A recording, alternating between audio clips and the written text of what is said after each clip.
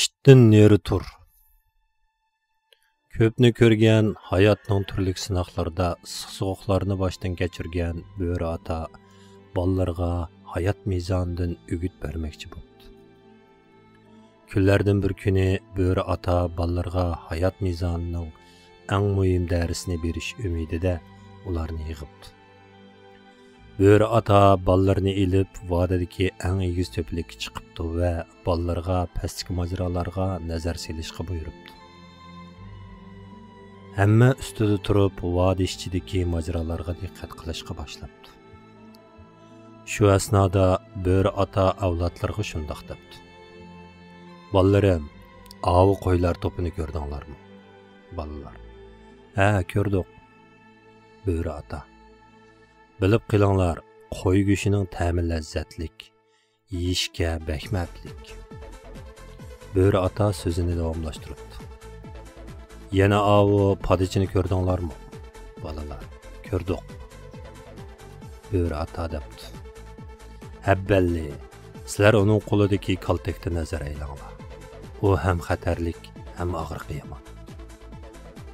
Böre ata şu sözlerini qilayotganida eng kichik böre balasi pastil almaliq qilib ketayotgan itlar to'pini ko'rib qopdi va Böre ataga: Dada, qarang, avu to'rt putliqlar ajab bizga o'xshaydi ekan, debdi. Buni anglagan Böre ata shu hamon tanbih beribdi. Ballarim, mendan nasihat. Ezib-tezib bu qo'ldagilar bilan aralashib qolmanglar. Bundaqlarni arıga almanglar. Çoqum yiroq turinglar.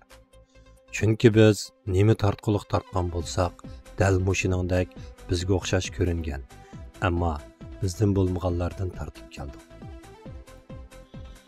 Alqissa. Darvaqa nima tartquliq tartgan bo'lsak, bizchi so'zlaydigan, bizchi ko'rinadigan, ammo bizdan bo'lmaganlardan tartib keldik va tartishni davom qilyapmiz. Özümüzdən alqıb, özgünün mövcudluğumuzga qilayotgan xislarga, zulmga və mustamlikasiga qarşı ortaq səp tutuşda zo'r putli qaşang bo'layotganimi özümüzdən alqıgıdak bo'lalmaslıqda. İşt bilan börening farqiga barmaslıqda. Farqini bilgan taqdirdimi bilib turib iştqi böriga işçi muomala qilishda bo'lib keldi. Shalg'utlashish, saplashmaslik, süzükləşməslik, mövcudluqni qumurub taşlığılı bolmaz yıldızğa, mustahkam tutqiga ega qilib kelgan tipki prinsip, qoida erkan və unsurlarga ega chiqolmaslik. Hatto ega chiqalaydigan turib chiqmaslik. Layg'azal betarafchilik.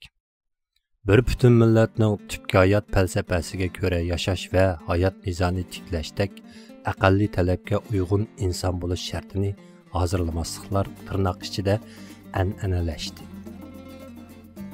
Aqlning ko'zi deb tariflangan atalar so'zidan, ularning izidan, odimiylik mizoni, dunyo qarshi, aqida imoni, axloq fazilatidan zarra yuqmay va yuqtirmayla kishilar to'piga go'yo qo'y qo'ton ichidagi to'qqa qetilgan pardasida qetilib ketishdek tragediyalarni sezmay boshdan kechirish. Angsızlışqa qarab yüzlənişlərmə aqibatda öz topuğa xiyonatni pardazlab ko'rsatishdan heyxmaydigan xoinlik, vatan satarlıq, din satarlıq, murtadlik və munofiqlikni go'yo fikr erkinligidek, munozirlashib murassa qilishqidek, tortishib cho'p o'ynashqa bo'ladigan o'yinchiqdek qarashdan tap tortmaydigan numussiz, noahli tiplarning ovushiga cho'ng bo'shliq yaratib keldi va kelmoqda. Her doqmuşda farqliq viviskilar ostida millatning irodasiga, ularning mavjudlik ko'rishiga qarshi tutumi va urinishlariga qarta turli usullarda chumoq selishlarning uzilmasligi. Böre orasiga qisilib olgan lalmishitlardek timsiqlashning ko'payishi.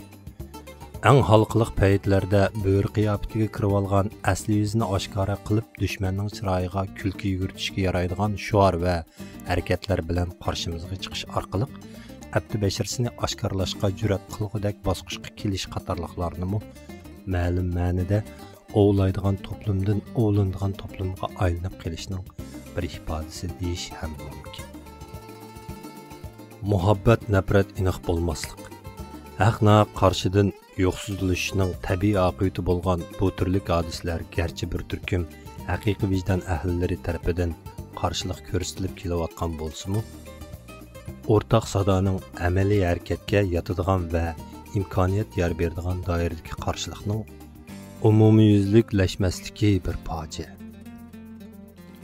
Ishning suyuqlantirilishga, murassaga, munozir temisiga aylantirish qasdida bo'linayotganligi bo'lsa, millatning taqdiri va kelajagini o'yinchiqqa aylantirish projesining ishga kirishayotganligidan, ustida o'ltirg'izib turib, ostini ko'lab turib, o'rakka qandoq tushib ketganligini to'ydirmaslik taktikalarining ishga kirishayotganligidan derak beradi.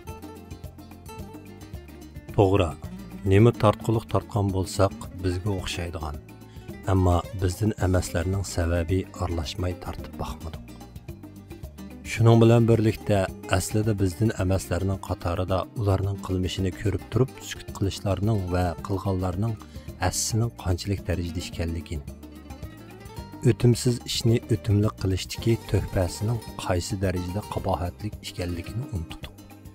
Bargancha bo'ri turib itqa aynishqa qarab ketayotgan bir simoning bizga noz karashmalik jilvilanayotganligini va buning orqasida bizni kutib yotgan tortquliqlarning asli aktivligisining bu jilvilanishlarga qarta mazmut turolmasligimizning qo'shadigan narsasini o'ylashib ketmas bo'ldik. Bunda holatning istixiyalik moyillashib ketishidan, benormallikni normallashtirish to'zoqlarga al bo'lib ketishdan bo'layotganligini nazarga olmas bo'ldik. To'g'ri, nima tassak, tortquliqlarimiz bizga o'xshaydigan, ammo bizdan emaslarning qo'lisiz vujudga kelmadi. Shuningdek, buning ishqi ishiga itqa bo'richa, bo'riga ishchi muomala qilishdek qashshoqligimizning rolimi oz bo'lmadi. Natijada ulug' otimiz Yusuf Xasajib aytgan buqurlar taqdir peshonimizdan agib ketalmas bo'ldi. Ajibo otimiz o'zining qimmatli o'gitlarida bizga shu so'zlari bilan tanbehlamaganmidi? Bo'liversa itqa ko'r bosh arsalan. Bo'lur itlar ham arsalan simon. Agar bo'lsa it u arslonga bosh, bo'lur arslonlar ham itdek aman. Hayot, hayot. Borxon Muhammad. 2023 yili 2 oyning 28 kuni.